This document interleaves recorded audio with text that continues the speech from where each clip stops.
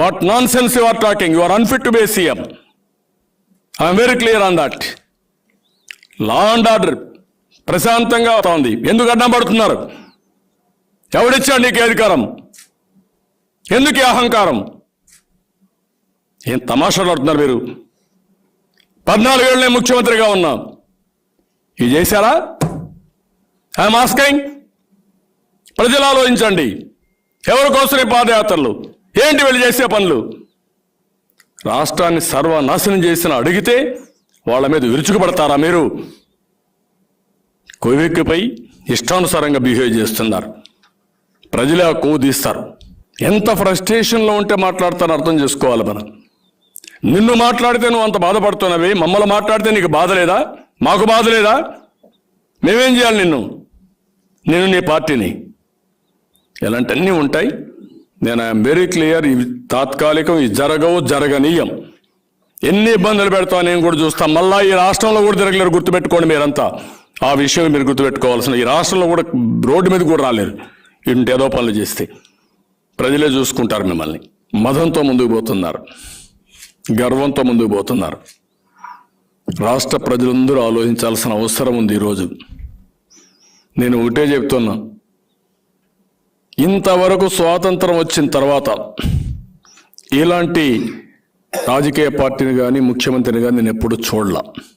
ఎంతోమంది ముఖ్యమంత్రులు చూశాం కానీ ఇంత వరస్ట్ ముఖ్యమంత్రి నేను ఎప్పుడు చూడలేదు. రాష్ట్రాన్ని విభజన చేసినప్పుడు హేతుబద్ధత లేదు అని మనం అందరం కూడా ఆందోళన చెందాం, గట్టిగా ఫైట్ చేశాం. కొన్ని హామీలు ఇచ్చారు, బిల్లు పాస్ అయింది. మనం కూడా ఏమి చేయలేకుండా రీకన్సీల్ అయ్యాం. ఆ తర్వాత నేను ఒకటి ఆలోచించాను, జరిగింది. ఈరోజు హైదరాబాద్ నగరాన్ని అభివృద్ధి చేసిన అనుభవం ఉంది. మళ్ళీ ఇక్కడ అమరావతిని కట్టుకుందాం, రాష్ట్రాన్ని అభివృద్ధి పందాలో పెడదాం, పోలవరం పూర్తి చేద్దాం, Visakhapatnam, Tirupati 2 mega cities create చేసుకుందాం ముందుకు పోయాం. మళ్ళీ ఈరోజు మీరు చూస్తే ఆశలన్నీ కూడా అడే ఆశలైపోయినాయి. ఇంతవరకు విభజన చట్టం వల్ల జరిగిన నష్టం కంటే జగన్మోహన్ రెడ్డి సీఎం అయిన తర్వాత అతని విధ్వంసక చర్యల వల్ల రాష్ట్రం పూర్తిగా నాశనం అయిపోయింది. ఈరోజు కేంద్ర ప్రభుత్వం మనకు సహకరించాలంటే ఈయన సహకారాన్ని తీసుకునే పరిస్థితులు అయితే ఉండాలి. డే 1 అమరావతికి మాకు డబ్బులు అవసరం లేదని చెప్పిన పెద్ద మనిషి ముఖ్యమంత్రి. ఎవరైనా బుద్ధి ఉండేవాడైతే మీరు 2,500 కోట్లు ఇచ్చారు చాలదు, ఇంకొక 5,000 కోట్లు కావాలి, 10,000 కోట్లు కావాలి, మీరు కూడా వచ్చారు ఫౌండేషన్ వేసారు చెప్పడం పోయి మాకు అవసరం లేదు దీనికి డబ్బులు, మీరేమి ఇవ్వద్దండి, నేను రాజధాని మార్చాలనుకుంటున్నాను అంటే, ఎవరైనా సరే ఒక ముఖ్యమంత్రిగా ఉన్నప్పుడు ఒక తపన ఉండాలి. ప్రజల పట్ల గౌరవం కానీ కమిట్మెంట్ కానీ ఉండాలి. అవి రెండూ లేని వ్యక్తి ఈ ముఖ్యమంత్రి. మబ్బె పెట్టడంలో దిట్ట, దోచుకోవడంలో ఒక ఆనకొండ. ఋషికొండను కూడా బోడిగుండు కొట్టించగలిగాడంటే ఈ ముఖ్యమంత్రిని ఏమనాలి? ఇతనికి చట్టం అంటే భయం లేదు, అదే మారిగా రాజ్యాంగం అంటే గౌరవం లేదు. ఇంకో పక్కన రేపేమవుతుందని కూడా ఆలోచన లేదు. నేను టన్స్ ఆఫ్ మనీ సంపాదించాను, నా డబ్బులు పెట్టి దేన్నైనా సరే కొనేస్తాను, ఏదైనా మ్యానిపులేట్ చేస్తాను, ఎవరితో అయినా సరే గొడవలు పెట్టుకుంటాననే ధీమాతోనే రాష్ట్రాన్ని నాశనం చేసే పరిస్థితికి వచ్చాడు. దీన్ని నేను చాలా తీవ్రంగా ఖండిస్తున్నా, గర్హిస్తున్నా, హెచ్చరిస్తున్నా. ప్రజలు మీరందరూ కూడా చైతన్యవంతులు కావాల్సిన అవసరం ఉంది. జరగవలసిన డ్యామేజ్ జరిగిపోయింది, జరుగుతానే ఉంది.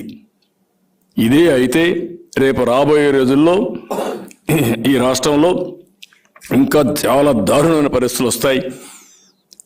ఈ విషయాన్ని నేను ప్రజలందరికీ విజ్ఞప్తి చేస్తుంది. నేను లాస్ట్ మైల్ వరకు తీసుకెళ్తాం.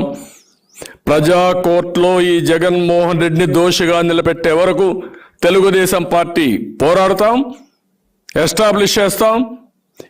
మళ్ళీ ఇలాంటి వ్యక్తి ప్రజా జీవితానికి అర్హత లేని వ్యక్తి. రాజకీయాల్లో ఎంతోమంది ఉండొచ్చు కానీ ఇలాంటి వ్యక్తులు మాత్రం రాజకీయాల్లో ఉండడం కరెక్ట్ కాదు. అలాంటి వ్యక్తులు నేను అడుగుతున్నా, వైఎస్ఆర్ కాంగ్రెస్లో ఉండే నాయకులను అడుగుతున్నా. అతను ఒక సైకో, అతను ఏం చేస్తాడు అతనికే తెలియదు. కానీ మీకైనా ఉండాలి కదా కాస్తైనా, మీకైనా కనీసం కామన్ సెన్స్ ఉండాలి కదా. ఇంత స్పష్టంగా యాక్ట్ని ఉల్లంఘించడమే కాకుండా ఇష్టానుసారంగా మాట్లాడే పరిస్థితి వస్తే మీలాంటి కాస్త కోస్త రాజకీయాల్లో ఉండే వ్యక్తులు కూడా మీరు మాట్లాడుతున్నారు అంటే మీకు ఈరోజు గడిస్తే చాలు, అతని చేతుల్లో బానిసలుగా బ్రతికే పరిస్థితికి వచ్చారు. మీ బానిసల జీవితంతో రాష్ట్రాన్ని నాశనం చేయొద్దండి. ఇప్పటికైనా రియలైజ్ కమ్మని వాడు కూడా హితవు పలుకుతున్నా. ప్రజల్ని ఒక మాటలో చెప్పాలంటే చైతన్యవంతులు చేయడానికి ఏమేం చేయాలో అన్నీ చేస్తాం, రాష్ట్రాన్ని కాపాడుకుంటాం. రాజధాని పట్ల కేంద్ర వైఖరి ఎట్లా ఉంది అంటే గతంలో వచ్చేసి మేము మొత్తం కూడా 2020 వచ్చి మీ బిడ్డ మళ్ళా వచ్చి ఇనాగ్రేట్ చేస్తాడు. ఎక్కడొస్తాడు ఈ బిడ్డ? బిడ్డ కాదు, ఇది క్యాన్సర్ గడ్డ అని చెప్పాను నేను. ఇది భరించే శక్తి సమాజానికి లేదు. ఇంకా రావడం కాదు, రావడం దేవుడెరుగు. తలుచుకుంటేనే నిద్ర రావడం ఎవరికి, ఏమైపోతాం ఈ రాష్ట్రం అని. అలాంటి పరిస్థితులు మళ్ళా నేనే వస్తానంటే అంటే అబద్ధాలు పలకడంలో కూడా సిద్ధహస్తుడు. మళ్ళా నేను వస్తున్నానని హోప్ క్రియేట్ చేస్తున్నాడు. అంటే అతను అనుకునేది అనుకుంటున్నాడు. మీరు చూడండి, మొన్న ఒక సర్వే చేయించాడు డబ్బులు ఇచ్చి, 25కి 25 వస్తాయంట. ఇంకేమనాలి తన్ని? ఈ దేశంలో డబ్బులు కమ్ముడిపోయేవాళ్ళు చాలామంది ఉన్నారు. బజార్లో మార్కెట్లో సరుకు మారి దొరికింది అంగడిలో కొనుక్కోవడానికి సర్వేలు వేసేస్తారు. దాన్ని బట్టి ఈనేస్తూ ఉంటాడు. మాట్లాడితే మిమ్మల్ని కొడతాడు. మీరు రాస్తే మాత్రం మిమ్మల్ని కొడతాడు. వాళ్ళు సర్వే ఇస్తే గ్రేట్ సర్వే అంటాడు. ఇవన్నీ ఉన్నాయి. సుప్రీంకోర్టులో సిట్ మీద స్టే తీసేశారు. ప్రభుత్వం తర్వాత డిపార్ట్మెంట్ కలిసి డిసిషన్ తీసుకుంది. క్యాబినెట్ అన్ని డెసిషన్స్ మేము రివ్యూ చేస్తామని ఇంత క్రితం వాళ్ళు వేసుకోమండి. ఏమవుతుంది? ఇది చేయలేదు ఇప్పటికీ. ఏం చేసావు? కొండను దొవ్వావు, ఎలుకను పట్టావా, తోకన పట్టావా, దాన్ని ఈకన పట్టుకున్నావా? నువ్వు మాట్లాడడం ఏంటంటున్నా? గొంగళి దీంట్లో కూర్చొని భోంచేస్తూ నువ్వు బొచ్చేరినట్టుంది. నువ్వే ఒక అవినీతి పరుడివి. నీకు అన్ని డైరెక్ట్ లింక్స్ ఉన్నాయి. పాత 43,000 కోట్లు ఉన్నాయి, 11 ఛార్జ్ షీట్లు ఉన్నాయి సిబిఐ, 9 షార్ట్లు ఉన్నాయి ఈడీ.